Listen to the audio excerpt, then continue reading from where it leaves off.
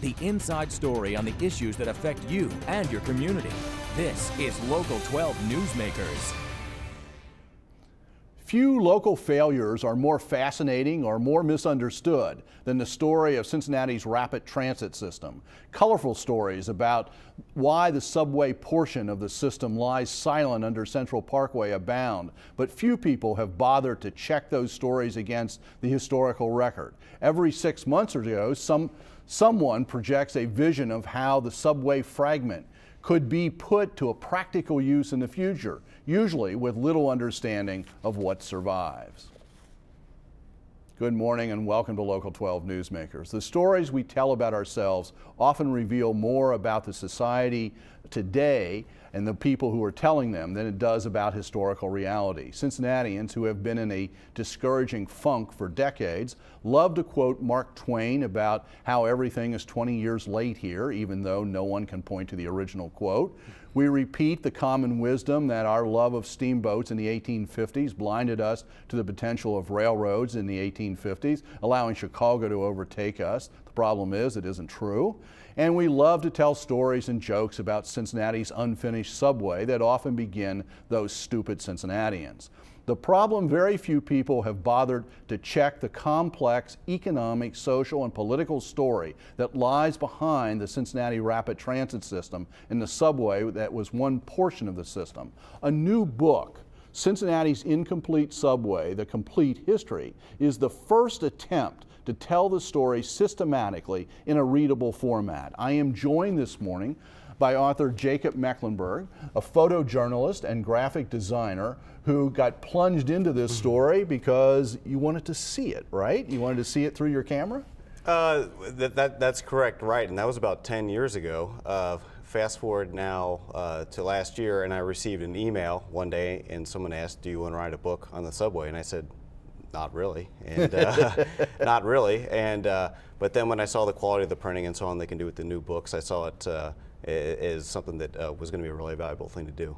Yeah, and as a person who's not trained in history, you really plunged into the real documents, and you went back and you read all of the documentation, and there is a host of documentation about this project. Right, and it's scattered all over the place. It's scattered throughout about 5 different libraries in town, and I started the research by reading papers up at UC that students had written over the past 70 years on it, and then I used their bibliographies and went from there. That's where I started. Yeah. Well, welcome to the world of historians. Stuff is scattered all over the place. Let's just begin with a little bit of background about the rapid transit system, because first off, it wasn't completely a subway, right? That's right. Like most quote-unquote subway systems, the majority of it was to be above ground. Okay.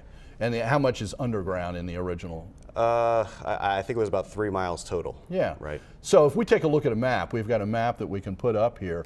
The underground portion is really getting people out of the downtown area. Right, right. And then once you're out of that, when you're in Brighton, or again when you're in Northside, then it's above ground. Right, right. And it was supposed to be this loop that went, originally conceived as this loop that went all the way around. Right, and in the book I explained it actually started as 2 different lines. The concept started as 2 different lines which came so close to each other in the Norwood area they just connected it, and then politically you can say it's a loop, just like how 275 is a loop, and then even though 275 doesn't lead to anywhere, everybody sort of can understand the fact that it's a loop and it's sort of equitable to everyone. Well, and the thing about when we understand perfectly about beltways with expressway systems, they define development and have completely transformed communities all over the United States. So this loop, the rapid transit loop, the other thing that I think is hard for people to understand, it was all predicated on facilitating the interurban system and its access to the downtown as well. And that's a whole set of transportation elements that simply don't exist, and most people don't recognize them at all anymore. They have no knowledge of it whatsoever. They're not aware that we had 9 suburban railroads, which were all electric, which traveled out in all directions, and the idea was to be able to develop the interior parts of the county and have those lines come right into downtown. Previously, they had to stop in outer areas, so there they actually transferred to streetcars for a slow ride into town. Yeah, and then once you're on a streetcar, you have to stop at every corner. Right. It's a completely different system. So basically, it was more like trying to figure out a light rail system, but using it in a different way. So what happens to those interurbans? They all went out of business starting in the early 1920s, and the last one went out of business in 1938. So part of the ridership for the rapid transit loop was gone, and it was gone permanently. There was no public ownership of public transportation at that time. They were still all private companies, even the streetcar companies. So there was no way for the city to then go and buy those tracks and prevent them from being paved over. One of the key things about this story, and we can't get into, I don't want to, people need to go out and read the book. I don't want to take the book away from people reading it, but one of the key things is the role that World War I played in this. Certainly. The bond issue, the $6 million bond issue, is passed before World War I. Right. Then what happens? Because all the warring powers sold their gold, it caused an inflation deflation of the cost of gold, and so because the U.S. currency was still tied to gold, then the U.S. dollars became worth less money. So instantly, and through no fault of our own, the cost of the subway system doubled. And because of that, they actually were able to start and build about a little bit over half of it, but they were going to have to, from the very beginning, go back to voters at some point and get more money. And that's always a problem. That's always a problem, and in this case, it was an extreme problem because government changed completely and permanently in Cincinnati during that time. And let me get to that in a minute, but so the whole point about the funding of this and the impact of World War I mean, I've seen in one of the reports, I think it's the Beeler report after the fact, you know, a yard of concrete, a ton of steel. I mean, everything doubles right off the top. Right. And so, and then also, this project was just about to get started in the fall of 1917 when the war breaks out. And your point about federal government comes in and says you can't bond anything. Municipal bonds are, we don't want anybody doing those. That's right, and you see throughout the project that state and federal law keep interfering with what Cincinnati wanted to do. So, you know, we still have that issue today, of course, with things, we'll talk about that in a second. With streetcar, with all sorts of things. But because of the reduction of funds available, the cost had gone up. One of the key decisions early on was to eliminate the proposal to take the line all the way down to Fountain Square and to stop it up on Central Parkway, which cuts it off from the center of town. And that was a big deal because back then downtowns could move, and that sounds like an absurd idea, but the center of downtowns across America shifted a few blocks here, a few blocks there. Well, people lost their shirts and other people made a lot of money because downtown then was recentered where they were. For example, in New York City, Midtown didn't really take off until Grand Central and Penn Station were in, to the detriment of downtown Wall Street area of New York. If this thing had been built and put into operation only going to Central Parkway, there was the thought that downtown was going to shift from Fountain Square up to Central Parkway, and obviously the people that owned property around Fountain Square didn't want that to happen. And of course, going back to 1907 and the Kessler report about the idea of Central Parkway, there was a vision that Cincinnati's downtown would progressively move north. And the fact that Shillito's was on 7th Street and not on 4th Street, and a little bit too far north. I mean, all of those factors, you know, you weave this together very, very nicely in terms of how that all is interplaying and whose interest. Let's talk about the political side of this. So after World War I, the canal is finally drained, construction starts, and we've got some construction photos that we can show people.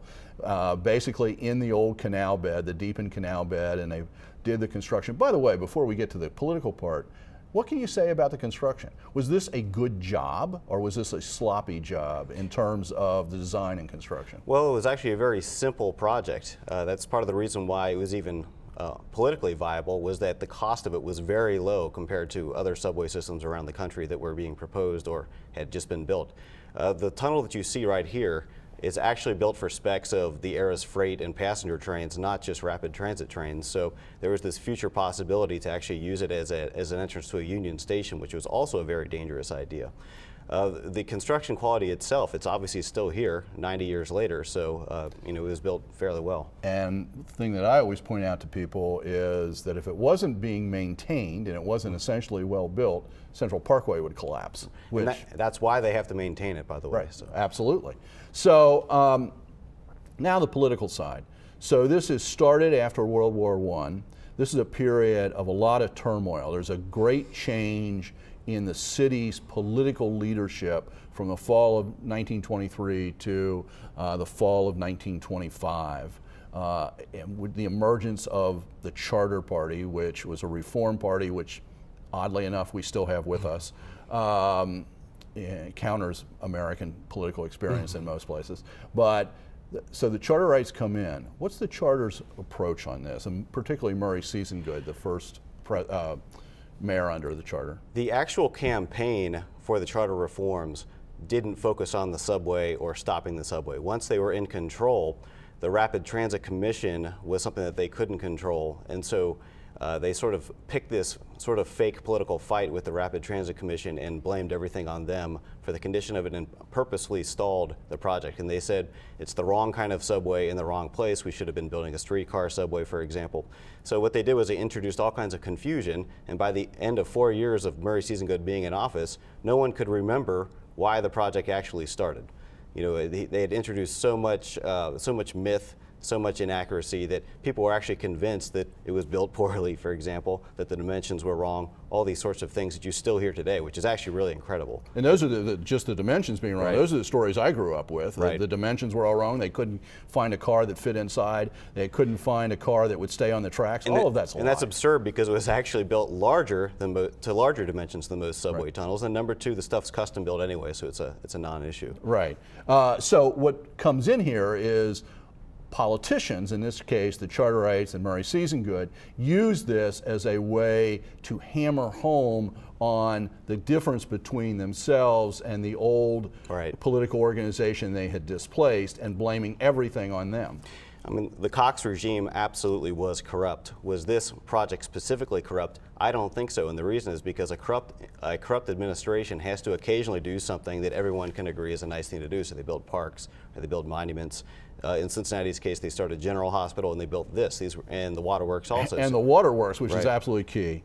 I want to jump way ahead because of time. What do you, in doing this, at the time that there's all this discussion about a streetcar system being introduced into Cincinnati, modern streetcar system being introduced into Cincinnati, what sort of lessons do you think can be drawn? How does that frame that discussion for you? Boy, it's frustrating to see events unfolding here where people are attempting to do the same thing again, where they are attempting to allow a project to begin and to keep muddying the debate at every opportunity, and they want nothing more than for construction to start on the Cincinnati streetcar that's been planned since 2002, in fact, not just since 2007, going all the way back to Metro moves. And they want it to start and to stop it, and they want to have streetcars that have no tracks to run on, or they want tracks on some blocks but not others, because it would be a terrific political embarrassment for whoever they decide to place that embarrassment on. So you see the political side of the story having echoes today. Absolutely, and in fact, when they call into talk radio, they always bring up the subway every single time. So the subway haunts us still with its use for anti-city agitators. Jake, I want to, again, thank you, but then recommend that people get a hold of the book, Cincinnati's Incomplete Subway, the complete history. It is really a well-done book and deserves reading, especially right now because of the discussions going on. Thanks for being here this morning. Thanks so much. Stay tuned. After the break, Ohio Senator Shannon Jones will join me to explain the bill she introduced this week to limit the power of public unions. All right.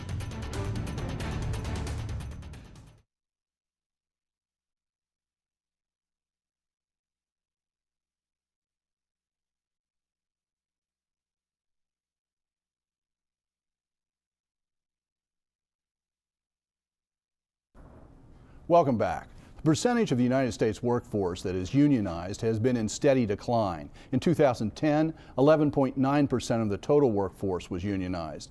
In the private sector, only 6.9% of the workers are members of unions, while 36.2% of public sector employees, police, fire, office workers, teachers, are unionized. In the current economic crisis that is squeezing local and state governments, public sector unions find themselves in the spotlight of people who want to reduce their influence and power. This past week, Ohio State Senator Shannon testified in favor of Senate Bill 5, which calls for changes in Ohio's collective bargaining law. I am joined now by Senator Shannon Jones of Springboro. Senator Jones represents District 7, Senate District 7, which covers Warren County and a portion of Hamilton County, mostly in the east, the northeast side, and serves also as majority whip in the Ohio Senate. Shannon, welcome back to Newsmakers. Thank you for having me.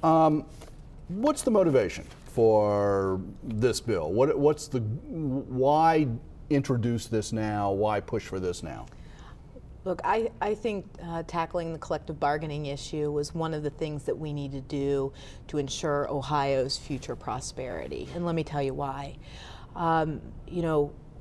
Everybody's in agreement that the world has changed, and our families and our businesses have been dealing with declining revenues to their own pocketbooks, and government's no different than that. And so everybody agrees that we're living in a new world and we have to figure out how to do more with less, and there's no more money to be had because taxpayers have said, we don't want to give you more tax money. You need to be more efficient. And so this bill is about giving our cabinet directors and our departments and our local governments the flexibility they need to manage their workforce to the mission to serve the taxpayers. Mm-hmm.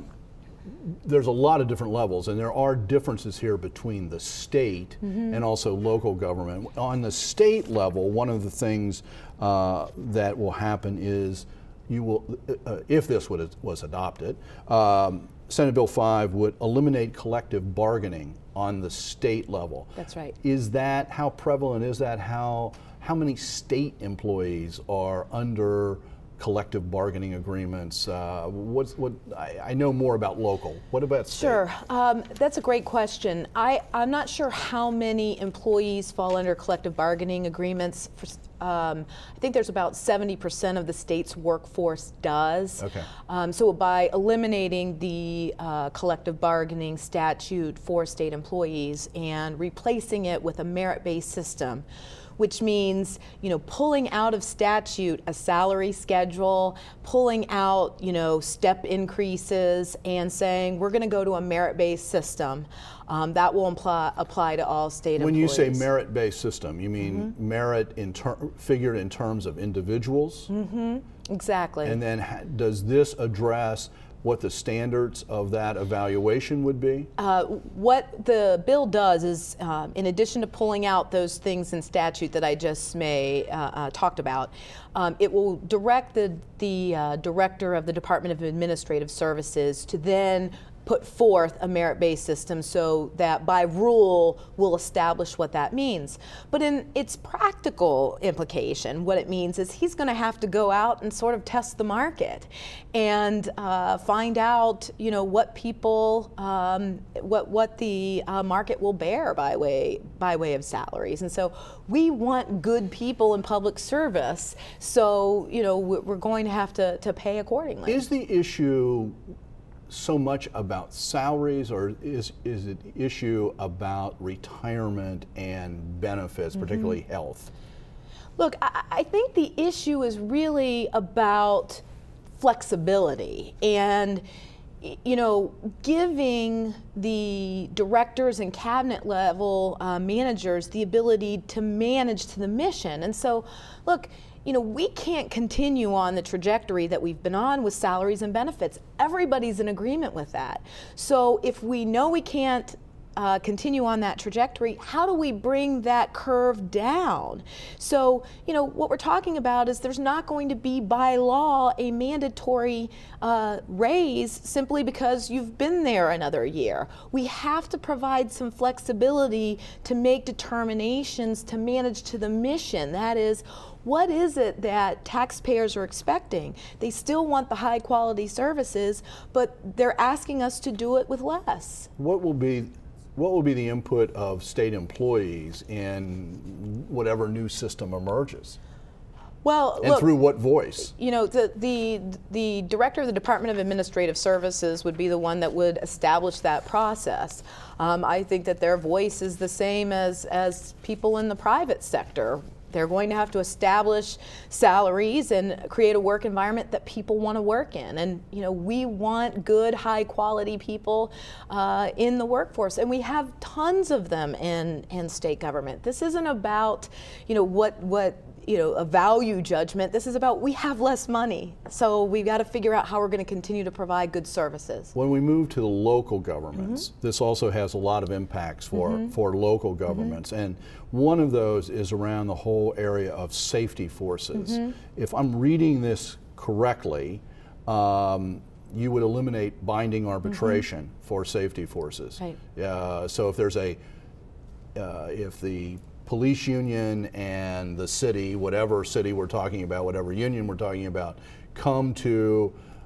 they can't come to an agreement, they would no longer be able to turn it over to binding arbitration. That's right. So what would happen in that situation? Well, that's a central question and was in the forefront of my mind as we began to put the legislation together. And what I think that we need to do is provide the pressure in the front end of the negotiation, rather when things get acrimonious. And the way that we're doing that is we're shining some light on the process with transparency. So what now is going to happen is we're going to say, from the time you start your negotiations, you've got 90 days to come under contract, and you can continue to operate as you always have in executive session and so forth to operate in good faith. But at that 90-day point, if you're not in a contract, now you have to show the public what your offers are, what their last best offer. Both sides are on the, have to show that, so that now the public can see what are the issues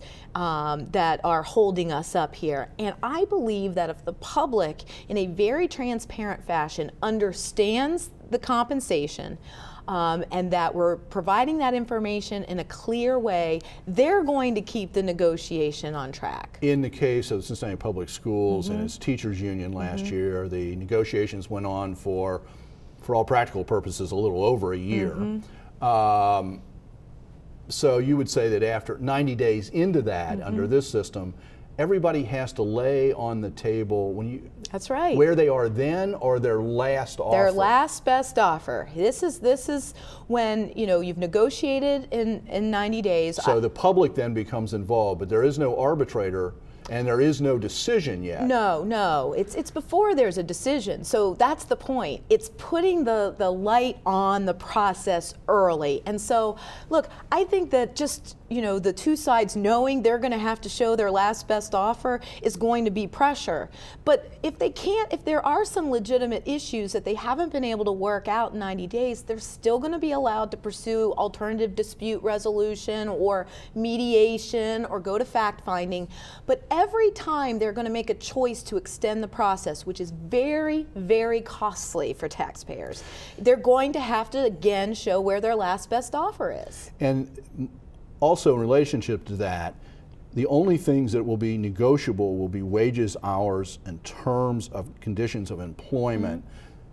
So that narrows what actually can even be negotiated. Is that correct? It says that the only mandatory subjects of collective bargaining are wages, hours, and terms of employment, which is simply conforming our law with the National Labor Relations Act that governs private sector collective bargaining. So what we're saying is... A lot of other things, though, are in, for example, teachers' contracts, that other than wages, Right. I mean, throughout the process of the last nearly 30 years, lots of things have been negotiated in there. What this bill is saying is, look, the only mandatory subjects are wages, hours, and terms. The other thing that our law does that's really constraining for us to manage our workforce properly is anytime you negotiate a new item beyond that, it becomes a mandatory subject of collective bargaining for the future contracts. So we're always raising the floor. So you're saying you're eliminating that? Well, we're saying it's not a mandatory subject. Okay. So look, management could negotiate their rights. I think putting the public central in the negotiation is going to keep them from giving away rights if the public doesn't want them to do that. I'm out of time this morning, but this is going to be a debate. Yes, it is. And the next time you're on, we'll have some other people from Terrific. you. But I wanted to get out what the basic story was. And we're here. just at the beginning. We are. Thank you for being here this morning. You're welcome. Thank you for making Newsmakers a part of your Sunday morning. Next week, a look at one of the implications of the new Cincinnati budget on school children. Have a good week.